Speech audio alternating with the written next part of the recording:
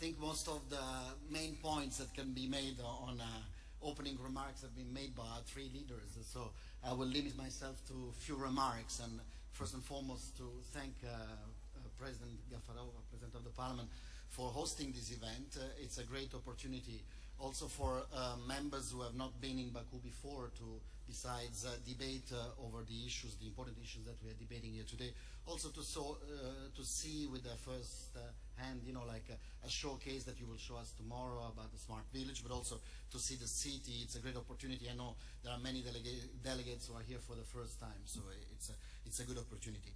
I would like to also greet President of Montenegro, Madam Đurović.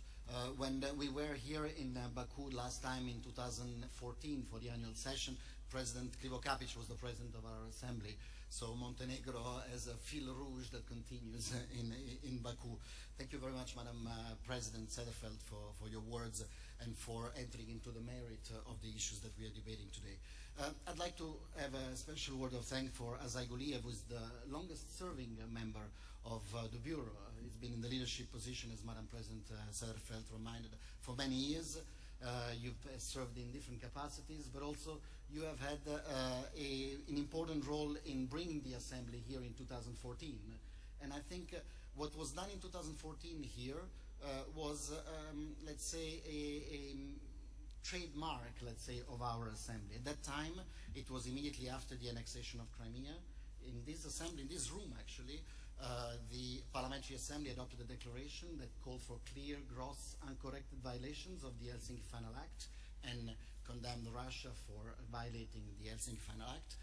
And in that event also we had a substantial and numerous Armenian delegation, and the Armenian delegation was welcomed here. They spoke, they were very happy of how they were treated, and as we are now approaching towards, let's say, a better moment also for the relations between Azerbaijan and Armenia, I would like to remind that maybe also that, probably that annual session back in 2014 was the first, let's say, trigger for what is coming now, and we hope, of course, that the relations will improve. I'm proud of the work of the Parliamentary Assembly Second Committee. Madam President, you mentioned the other leaders of this committee besides President Azai Guliev, also the Vice Chair Gerasimov and Gurun Kugler, who's here. The Second Committee has done a lot of work on these issues of green economy, of promoting a sustainable development and connectivity in the region. And it has focused this work very much understanding that the threats that we have to our security are interconnected. So we have to approach these issues in a more interactive way as we're doing here. I think we've been very active during the COVID period in also having a lot of discussions online, webinars, and parliamentary dialogues exactly on those issues, because we understand that this kind of issues can only be dealt with international cooperation. No country can solve these issues of climate change. We can see the tragedies that is happening in Italy, and actually I welcome the new Italian delegation here for the first time. We understand that climate change is not something that you can deal only at the national level. You have to promote this kind of fora, international cooperation, in order to resolve these issues. Secretary General of the UN, Gutierrez, very often stresses the fact that climate change is the biggest challenge of our time, and that the solutions are there. We have the solutions. The transition to a green economy is there. Of course, we know also what are the obstacles to get to the solutions we have.